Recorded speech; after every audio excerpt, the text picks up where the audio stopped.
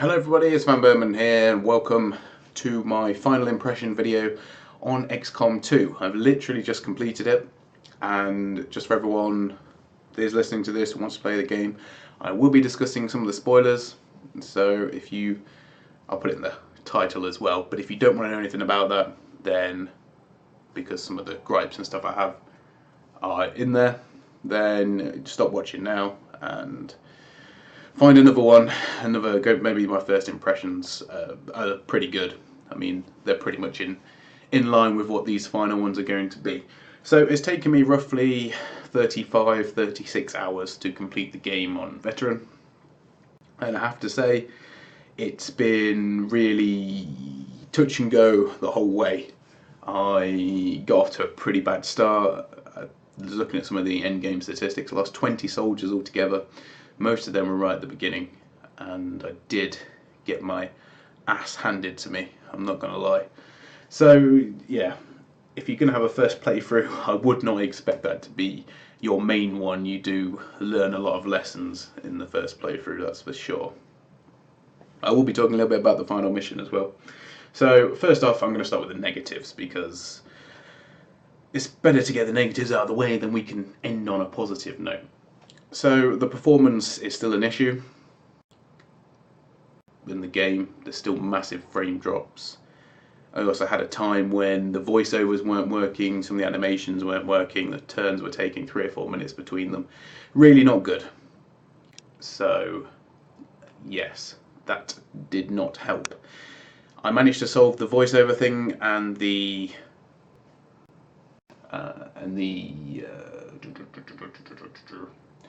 turn delay, I don't know what you want to call it, a problem I was having by just verifying the Steam files, so that does help. First I thought it was because maybe one of the mods had an inverting effect, but no, you just do it by verifying your Steam files, and had 3 files that had to be re-downloaded. So whatever, something had got corrupt in there. But with the performance, I've tried lowering the settings just to see if that make any difference, and it didn't make a bit of difference at all. So that leads me to think that it's not my computer.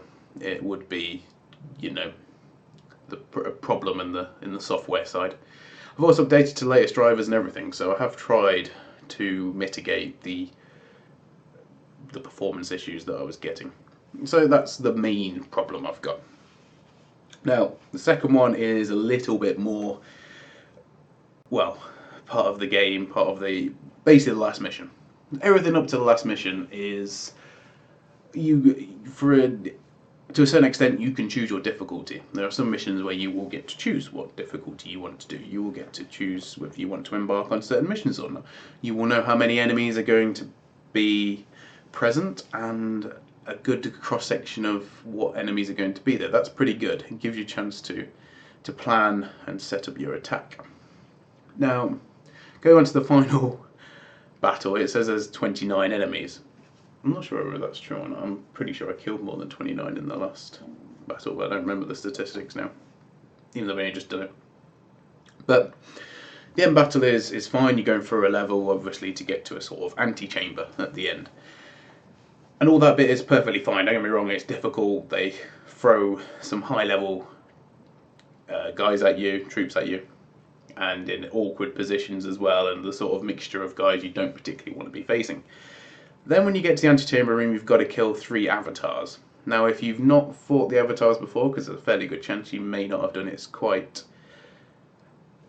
far on in the story. They're basically like, well, it depends. If you've been able to acquire the Psi soldiers, by the way, which are amazing and definitely worth the investment and the time in doing so, I'd just like to put that out there. It will cost you a lot of time and money though. But I ended up having two Psi troops, and they're really useful. Anyway, the point I was getting at, they're sort of, if you know what the Psi troops are, they're sort of like a souped up version of them, or they're basically like a codex, basically a mix between a Psi soldier and a codex. So they're really strong, powerful, got lots of high level abilities, and you have to kill 3 of them at the end. Okay, not so big of a problem. Yeah, they dash around the map everywhere like codex do. They can flank your soldiers and everything. But it's not that that's the problem. Basically, there are 4 gates, 4 side gates, and enemies come in every sort of other turn. And it seems really cheap. It seems like a way of basically just trying to rush you. Just trying to fill the map with enemies that you can't really hope to clear out in time before more come in. Disappointed me slightly. Managed to get by mitigate it slightly with the Ranger's Reaper ability, which of course is melee. 3 sectoids would come in, and it's easy. I was actually quite able to take down all 3 of them with the Reaper ability, and then I managed to kill a Codex as well because I had 3 Codexes spawning. And it got to a point where I was really struggling to keep up. I was trying to whittle down the minions, so the Vipers, the Sectoids, the Mechs, so that I would manage to get a chance or get a few AoEs or direct shots off the avatars. The avatars don't spawn in all at once. They spawn in about 5 turns apart from each other. So at one point I had 2 avatars with their entourage, and then 2 more random spawns in. So there was a lot of enemies. I had about 12 enemies at one point. Bearing in mind, this is when my squad has already been whittled down. I've used all my special abilities, all my grenades. Pretty much everything was on cooldown. And it got to the point where I just had to basically target those 2 avatars, get my troops into position, or move them so that I could just target those 2.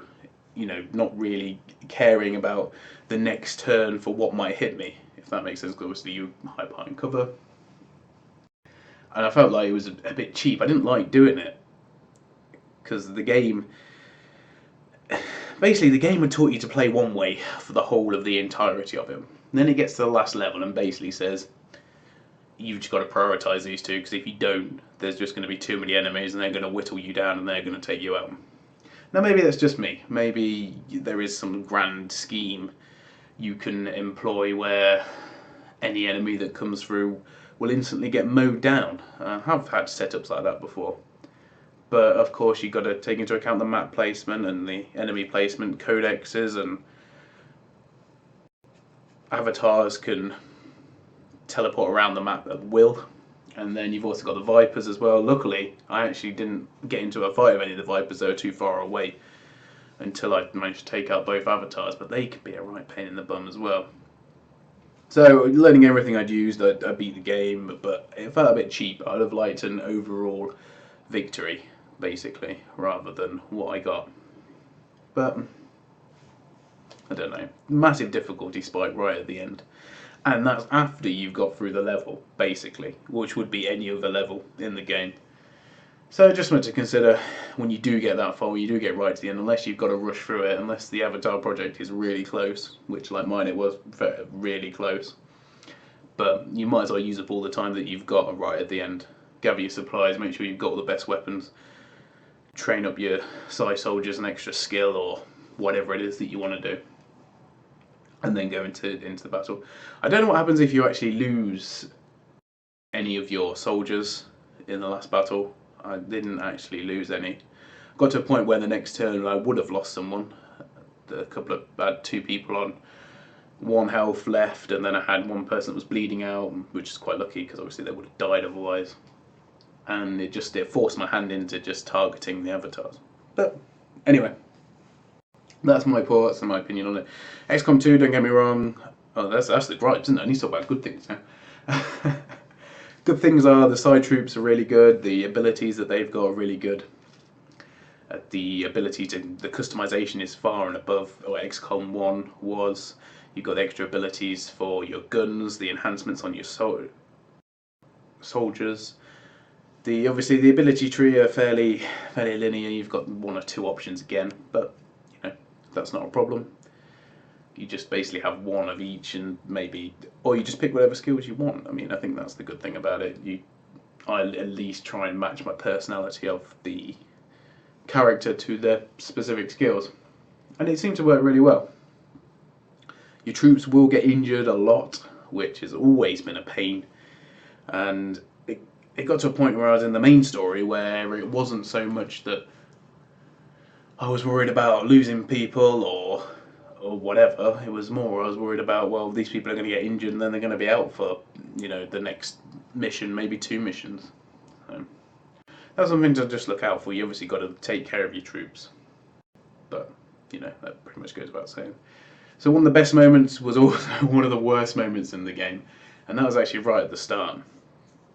I had 2 of my troops knocked out by the Advent soldier lancers with the stun batons. They came in, stunned 2 of my guys.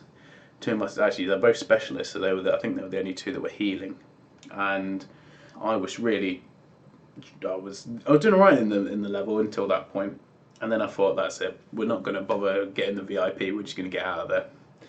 So tried to get my guys over to the extraction point. I had 2 guys pick up the other 2 that were unconscious, trying to run over there, and ended up where the third, you know, the free guy got snapped up by a viper when he was trying to hold down the evac zone.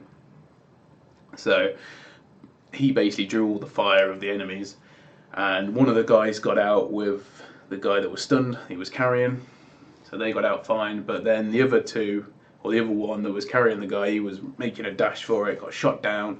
I thought he was going to make it. You know, you take a risk sometimes. And then the soldier that he was carrying, Hideo Honda, he got kidnapped. But you know, at least then I knew that there might be a mission later on where I could go and rescue him, and I did go and rescue him, which was really cool.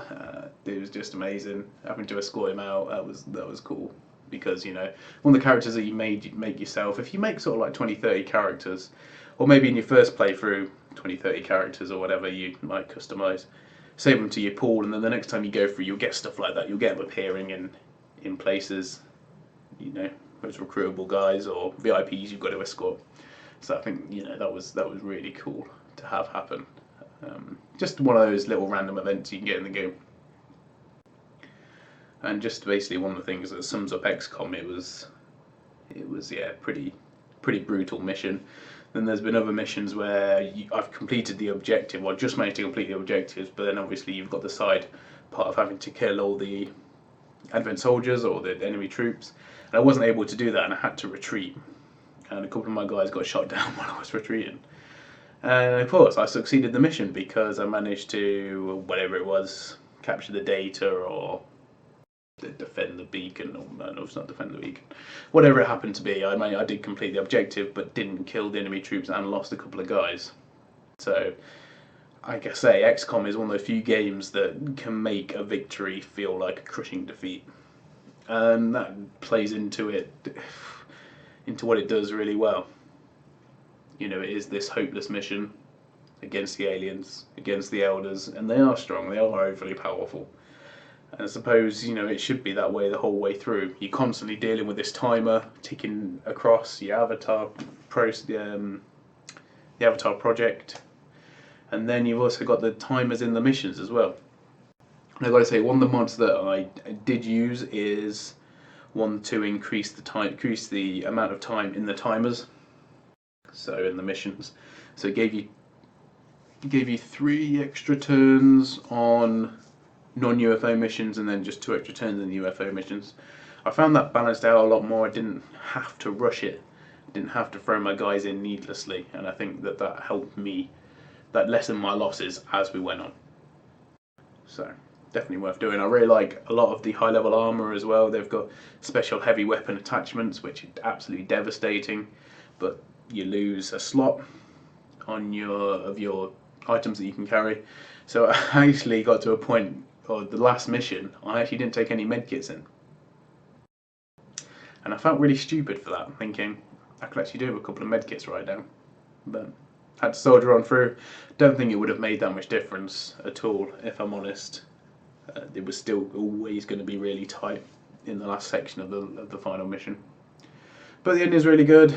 It's, you know, happy ending, uprising, everyone uprises, destroys the aliens and the Advent troops, and yeah, that's pretty much it. It's pretty much what you would expect. There is also a little bit of a teaser at the end that might suggest it's not quite over.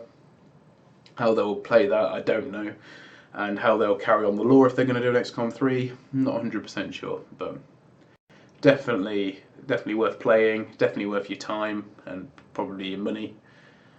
So I would recommend giving it a go if you're into that sort of game. If you liked XCOM 1, but there's something, you want a different spin on it, XCOM 2 is really good. In my opinion, I love the gameplay of XCOM 2. Actually, more than I did of the first one. I think they have refined it and improved it quite a lot. I really like I didn't think I would, but I really like the melee in this one. I think it works really well. I managed to get the achievement for killing those 3 sectoids. Can't remember what it's actually called now, but it sounded pretty cool. Let me have a look. So I got an achievement for that, which was pretty nice. I've unlocked 29 out of 50 achievements. I think that's not bad. So we got this one. I don't reckon it would be a common one at all. What date are we on?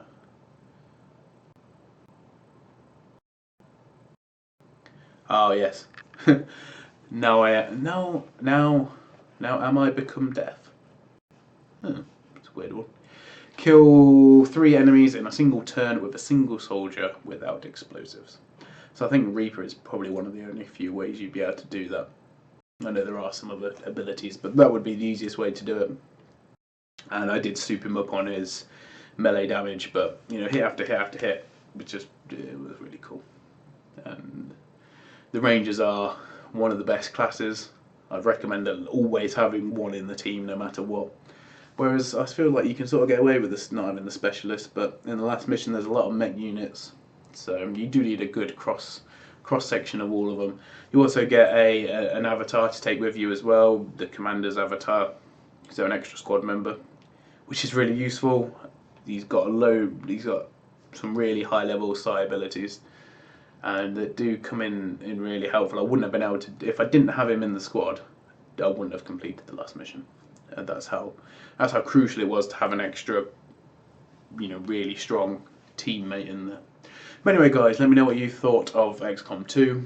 Did you enjoy it as much as I do? Is there anything that you didn't like, that I didn't talk about? I always seem to be really negative, but I did really enjoy XCOM 2, and it's the first game I've completed this year, so that's also a pretty big milestone. And now I'm going to go and play The Division, because it's on open beta today. I didn't get to play it while it was enclosed because I don't know why. I was working quite a lot, I think. So, but anyway, thanks for watching, everyone, and I'll see you very soon.